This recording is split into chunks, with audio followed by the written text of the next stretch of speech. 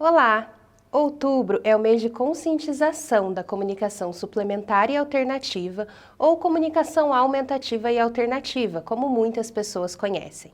Por isso, esse será o tema de todas as nossas conversas geniais desse mês. Iniciando nossa série e falando sobre a importância da comunicação para todos, hoje eu converso com Lilian Kuhn, bacharel em fonoaudiologia, mestre em linguagem aplicada e doutora em pesquisa de linguagem aplicada pela PUC São Paulo e líder de fonoaudiologia aqui na Genial Care.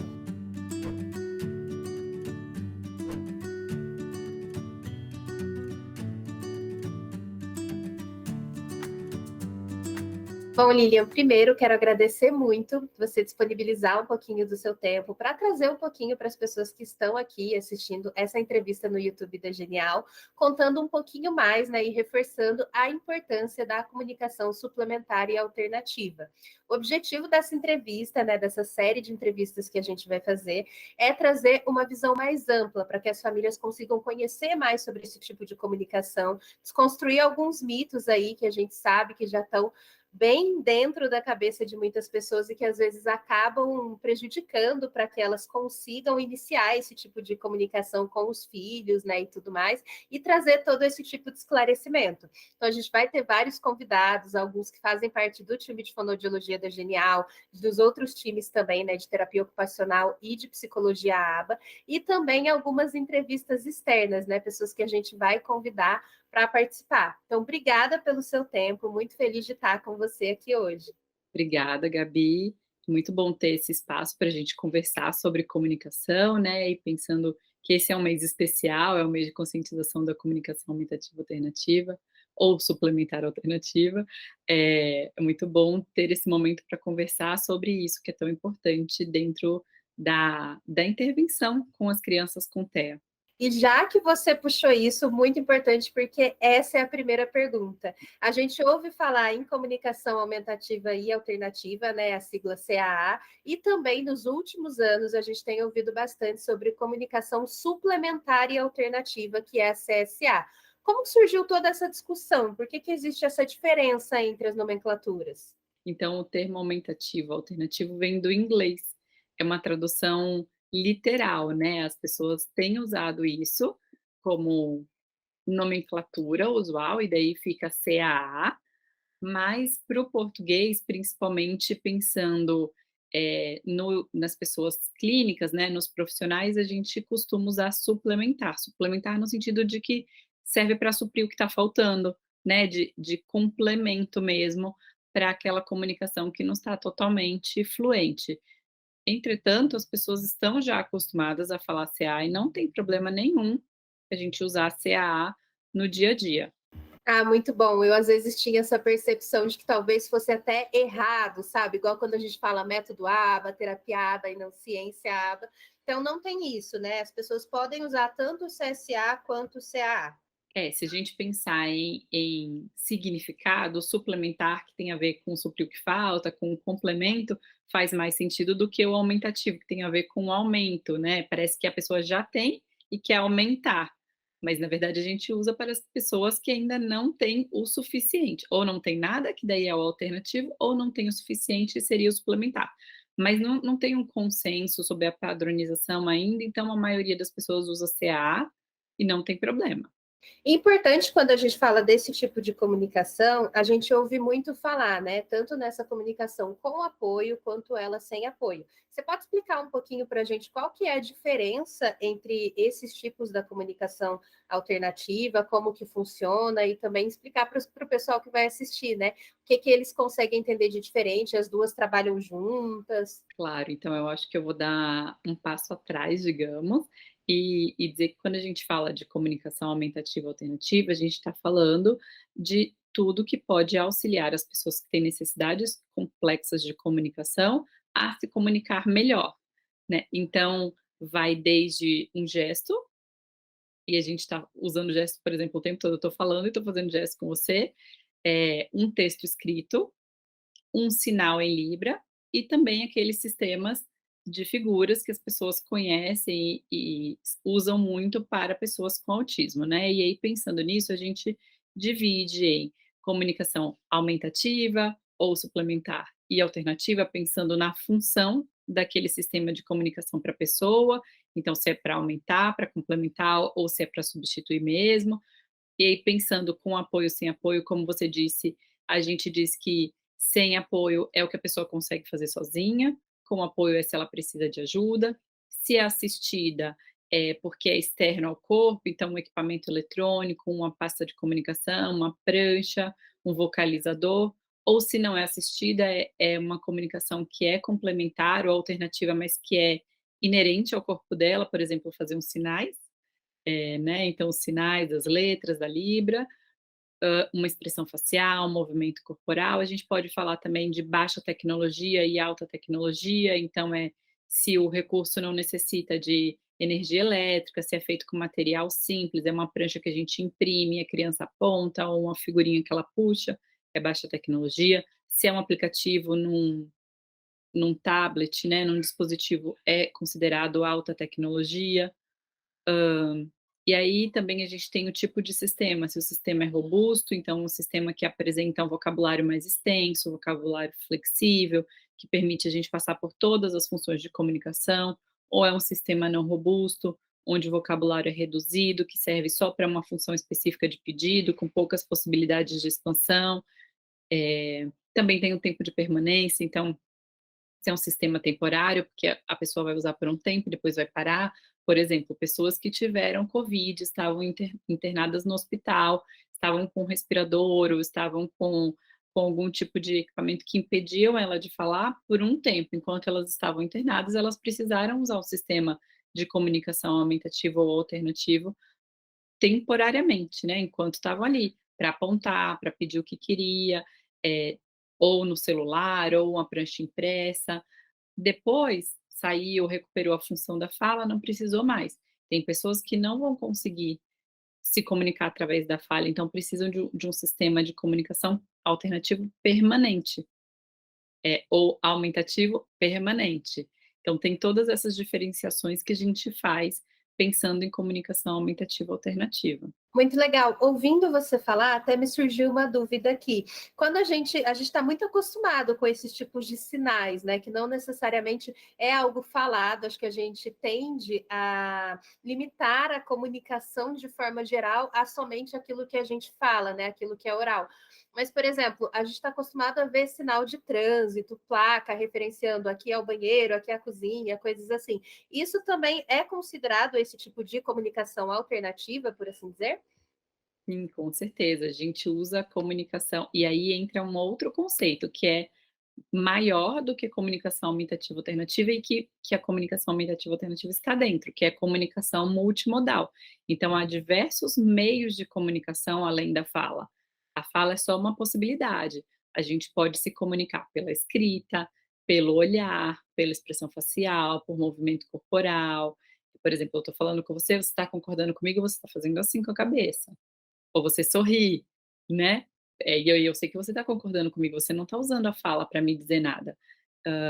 A gente pode se comunicar por pranchas de comunicação, por um aplicativo, então tem diversas formas de comunicação, sistemas estruturados ou não estruturados, convencionais ou não convencionais, que a gente pode comunicar e que não é a fala e que também não é um sistema com pictogramas, que são esses que a gente costuma implementar para crianças com TEA. Mesmo as crianças pequenas, os bebês ou as crianças com TEA, muitas vezes elas se comunicam sem usar fala, sem um sistema convencional, para dizer alguma coisa que elas querem e que só a família sabe, né. Então tem criança que nomeia, sei lá, a chupeta de pipita, e daí ninguém sabe o que é pipita, mas a mãe sabe o que que é pipita, porque ali na relação, aquele sentido é colocado e toda vez que a criança pediu a chupeta, chamou de pipita, a mãe entendeu e funciona. Ela está se comunicando, mas ela não está, usando uma palavra que é convencional, que é convencionada na sociedade, né, ou ela pode fazer um gesto para pedir alguma coisa, pode fazer um som que não é uma palavra, mas que é um som gutural que a mãe entende, toda vez que ela quer falar laranja, ela faz a mãe sabe que isso é laranja, então tudo bem, ela está se comunicando. Então a comunicação é muito além da fala e é muito além do sistema de comunicação aumentativo ou alternativo, né. Essas são só algumas possibilidades. E aí a gente então está falando de comunicação multimodal. Ah, perfeito. Muito obrigada, Lilian. E aí, uma coisa interessante, né, até para quem está assistindo a gente saber um pouco mais, mas a comunicação aumentativa e alternativa, suplementar e alternativa, independente da nomenclatura que a gente vai dar, é um direito garantido em Constituição, né, para as famílias. Como que você vê na sua prática isso acontecer? Realmente as pessoas têm esse benefício sendo concedido, né? Elas conseguem de uma maneira fácil, ou quais que são os empecilhos ali para que elas consigam, de fato, introduzir as crianças, as pessoas que precisem de um modo geral, a essa comunicação suplementar e alternativa? É o direito, sim, é um direito de todos, comunicação, então não só é um direito, como é uma necessidade, né, para a gente se constituir como uma pessoa que tem autonomia, que tem independência, que tem uma vida, eh em diversos âmbitos para além da casa, a gente precisa se comunicar de forma efetiva. Se a criança só consegue se comunicar com a mãe dela, ela não vai conseguir nos outros ambientes que ela frequenta, com outras pessoas que ela conhece, exercer o máximo de potencial que ela tem. Então a gente precisa da comunicação e tem que garantir que todo mundo tem acesso à comunicação, é realmente um direito. Na minha prática, no dia a dia, a gente tem bastante dificuldade, pensando daí especificamente em aquisição de sistemas de alta tecnologia, é muito difícil para as famílias, não é algo que está previsto por lei, que a gente já tem aí uma grande história de pessoas que conseguiram, seja através de convênio, ou seja via, recurso federal ou estadual ou municipal, né, ou via escola, adquirir os sistemas, e não são sistemas tão acessíveis, né, são sistemas mais caros, o aplicativo nem tanto, mas o equipamento é mais caro, então ainda é muito difícil quando o profissional indica um sistema de alta tecnologia que as pessoas tenham acesso. Por outro lado, existem já algumas iniciativas bem pontuais, sejam de alguns convênios, seja de pessoas mesmo que conseguiram via justiça, ou profissionais que conseguiram para os clientes, hã, a aquisição. Então é possível sim, mas antes de tudo a pessoa precisa saber que ela tem direito, né, para ela conseguir buscar esse recurso. E uma coisa que a gente vê muito, existe esse mito, assim, eu acho que deve ser um dos maiores mitos quando a gente está falando de comunicação suplementar e alternativa, é que a criança, a pessoa que é introduzida a esse tipo de, eu não sei se a gente pode chamar de método, né? Talvez método não seja a palavra mais certa para abordar, mas toda criança que é introduzida a CSA, ela vai ficar preguiçosa se ela não é uma criança que já sabe se comunicar de forma oral. Até quando a gente fez o nosso estudo aqui, né, o Cuidando de Quem Cuida, os cuidadores que responderam esse estudo, 42% deles colocaram como a principal prioridade para o desenvolvimento da criança desenvolver a comunicação verbal, né, como eles chamam. Então, queria que você comentasse um pouquinho sobre isso e até trouxesse uma relação com a parte comportamental. A gente sabe que muitas vezes os cuidadores têm problema com comportamentos desafiadores. A gente fez uma entrevista com a Erin, que ela vai comentar um pouquinho sobre isso também. Mas, às vezes, isso não é a parte comportamental, né? Muitas vezes isso tem mais relação com a comunicação. A criança quer comunicar uma coisa, ela não se sente compreendida, por isso ela se frustra, e muitas vezes a CSA vai justamente ser esse suporte que vai ajudar um pouco nisso. O que você pode falar para a gente sobre isso? Perfeito, esse estudo mostra realmente a realidade, né, eu acho que todo mundo quer que o seu filho fale, porque é assim que a gente entende que as pessoas se comunicam. E realmente a grande maioria das pessoas fala, muitas pessoas não falam por diversos motivos, mas mais importante do que falar é se comunicar. Porque falar, se a gente pensar o que significa falar, significa expressar oralmente as suas ideias, os seus sentimentos e tal. Mas se a gente, só produz as palavras sem ter um conhecimento sobre aquelas palavras, o que que aquelas palavras significam, se elas estão representando exatamente o que eu penso, se elas, estão trazendo o sentimento que eu gostaria de demonstrar, não adianta nada falar. Se a gente fizer um paralelo com a ecolalia, por exemplo, em um olhar mais rápido, mais superficial, a ecolalia é uma fala, mas não necessariamente ela está dizendo as palavras que ela precisa que a criança não está dizendo as palavras que ela precisava dizer naquele momento. Se a gente olha para a criança, entende o contexto, entende, sabe um pouco mais sobre a criança, a gente consegue entender o que ela quer trazer naquela ecolalia, porque a ecolalia sempre tem uma função comunicativa ali, ou pelo menos muitas vezes tem uma função comunicativa, né, então a gente consegue entender, mas não está claro ali. Se eu perguntar para você, qual a sua cor preferida e você fizer para mim "rr, rr, rr", eu não vou saber o que você está me dizendo, mas a alguém que convive com você e sabe que você fica muito atenta ao inglês e que você está falando de orange, vai entender. Então a pessoa tem todo um contexto por trás do que simplesmente a escolha das palavras quando a gente se comunica. E é um mito bem real e é uma barreira muito importante para a implementação do sistema de comunicação aumentativa alternativa, a gente não fala em método, a gente fala em sistema mesmo, que as crianças ou pessoas, né, que começam a usar CSA ou CA, elas não vão se comunicar, quando na verdade isso é uma ponte para que essa comunicação aconteça, a comunicação independente de como ela seja, e que depois, para as crianças que têm condição, a fala também seja mais fluente. Então, a gente precisa, antes de falar, conseguir se comunicar. E se a gente pensar numa criança desde bebezinho, é isso, né? Antes de falar, o bebezinho já se comunica. Não é muito refinada a comunicação, mas ele consegue se comunicar através do choro, ele consegue contar algumas coisas, depois ele começa a fazer balbucios, e isso é muito importante. Mas tem uma outra questão que eu acho que é uma preocupação, que também é um mito, é que quem não fala não pensa, no sentido de que parece que a pessoa não, porque ela não respondeu falando, ela não entendeu o que eu perguntei, ou ela não pensa e ela não tem, eh, um raciocínio, ela não consegue trazer ideias, e não é verdade. Quer ver? Eu vou fazer com você, ó. Sem falar, eu vou te perguntar uma coisa e você vai me responder. Vou te perguntar: "Qual é a sua cor favorita?". Ótimo, entendi, é azul. Agora se você não puder se mover também, porque às vezes o azul não vai estar aí, né. Você vai me dizer qual é a sua cor favorita sem falar e sem se movimentar muito, sem apontar. Faz de conta que o azul não está aí. Como você vai fazer isso? Não sei. Você não conseguiu me responder, mas você entendeu o que eu perguntei para você? Sim, Entendeu? Né? Então, não ter uma forma de se comunicar não significa que você não tenha competência de me entender, de sentir, de compreender o que eu estou te dizendo, de pensar. E esse é um dos pilares da comunicação aumentativa alternativa, né? Pensando em comunicação multimodal, na verdade, mais amplamente do que CAA.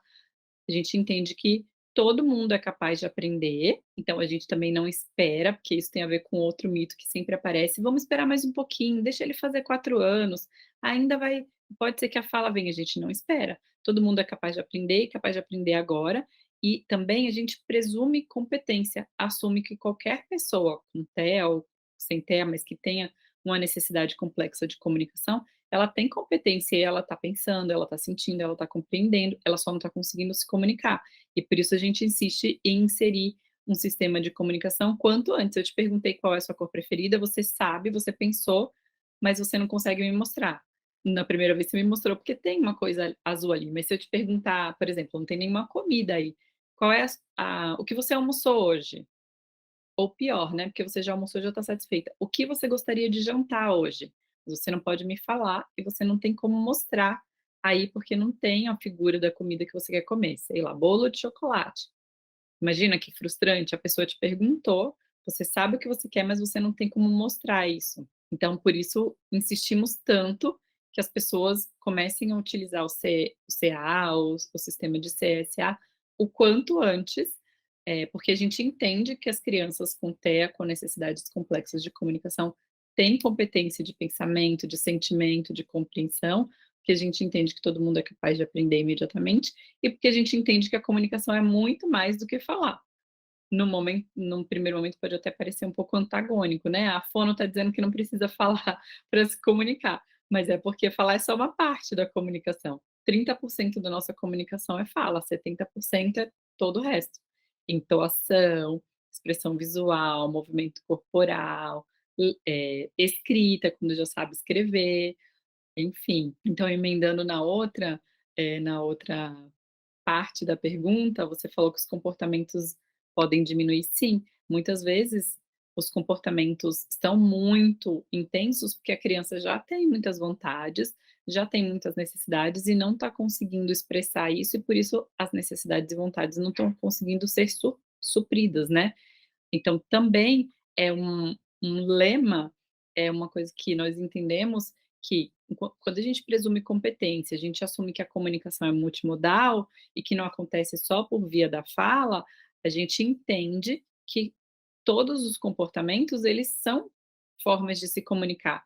Então se a criança está chorando, se a criança está fazendo um flap, se a criança está, fugindo de uma atividade, tudo que ela está fazendo pode, e provavelmente é, uma forma dela comunicar alguma coisa. A função daquele comportamento pode ser comunicação, né, então, ela não tem outra forma de comunicar, ela vai usar as formas que ela tem. E é isso com uma criança muito pequena ou com uma criança com uma necessidade complexa de comunicação. Perfeito. Enquanto você estava falando, eu até estava pensando em vários exemplos, assim, né? Não só das pessoas com autismo, mas também de pessoas neurotípicas. Mas acho que é muito interessante, assim, né? Até a gente fala muito aqui na Genial da importância das pessoas elas serem realmente detetives desse comportamento, né? Então, olhar para aquilo que está acontecendo e entender o que, que aquilo quer me dizer, por que, que aquilo aconteceu no primeiro momento, né? O que, que é o antecedente, como que é o próprio comportamento em si, o que, que compõe esse comportamento, e aí qual que é a consequência. E acho que isso também acaba envolvendo essa parte da comunicação, né, do por que, que aconteceu? Muitas vezes é como a gente está falando, a criança não consegue comunicar de uma outra forma. E aí a forma de comunicação dela vai ser chorar, bater os braços, né? Até buscar ali outras formas. Então, achei bem interessante. Lilian, queria saber se tem alguma coisa que você queira complementar. Gosto sempre de terminar assim, perguntando se eu esqueci de perguntar alguma coisa ou se tem alguma mensagem que o entrevistado quer deixar também. Gabi, acho que a gente passou por vários pontos que são muito importantes, né.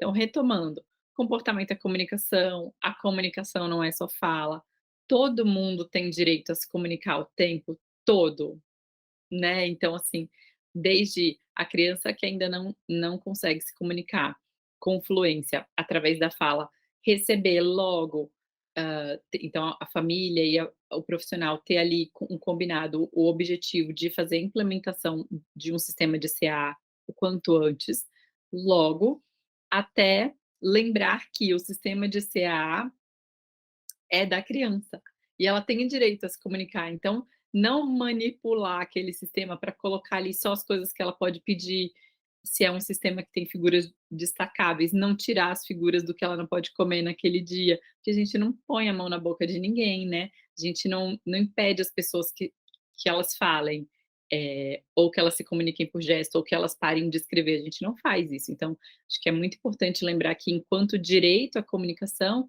a gente inclui desde iniciar o quanto antes a comunicação, não esperar pré-requisitos para se comunicar, porque eles não existem, e não bloquear as possibilidades de comunicação da criança, seja, segurando a mão no tablet, seja tirando as figuras do que ela não pode pedir naquele dia, porque está frio, ela não pode pedir sorvete, então vou esconder a figurinha de sorvete, não.